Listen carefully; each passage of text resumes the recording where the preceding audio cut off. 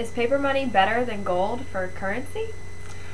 There was a recent article in seekingalpha.com, and I'll have a link in my blog, which you can take a look at that article later on. And it was the guy was talking about. Frankly, he called himself Shake, Rattle, and Roll. I think he was nothing more than a big banking shill.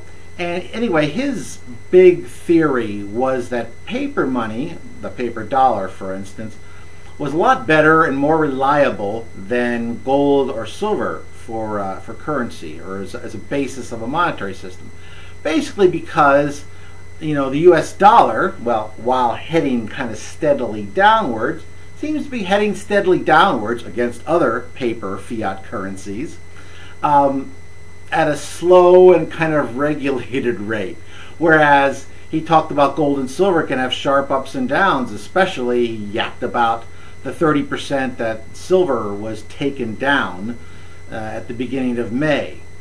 And that was his basic theory. Of course, I had to reply. And I said that, well, first of all, if you want to look at things as from a reliability standpoint, let's talk about gold. Gold, back 2,000 years ago, 1 ounce of gold could buy a patrician a very nice toga.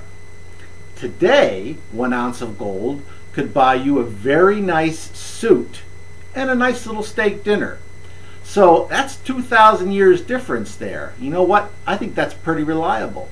And if you take a look at when the U.S. was using gold and silver during the 19th century, there was no inflation, there was actually some deflation. Prices went down. Now, it's true that some of that was because of the ongoing industrialization of the United States.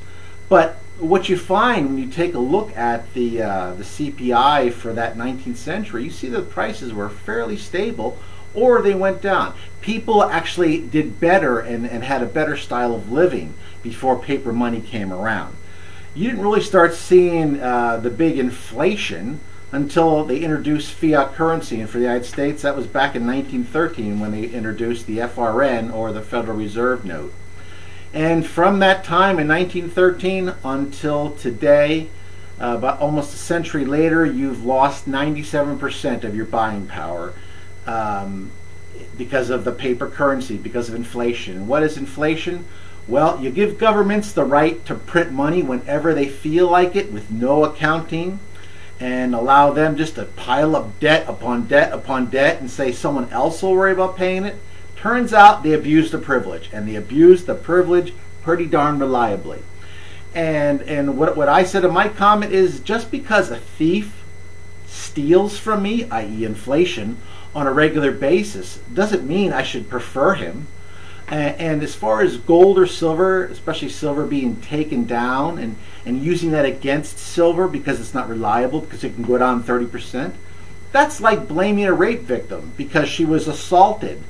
The COMEX, sometimes called the Crimex, did 5 margin increases in 7 days, an 84% increase.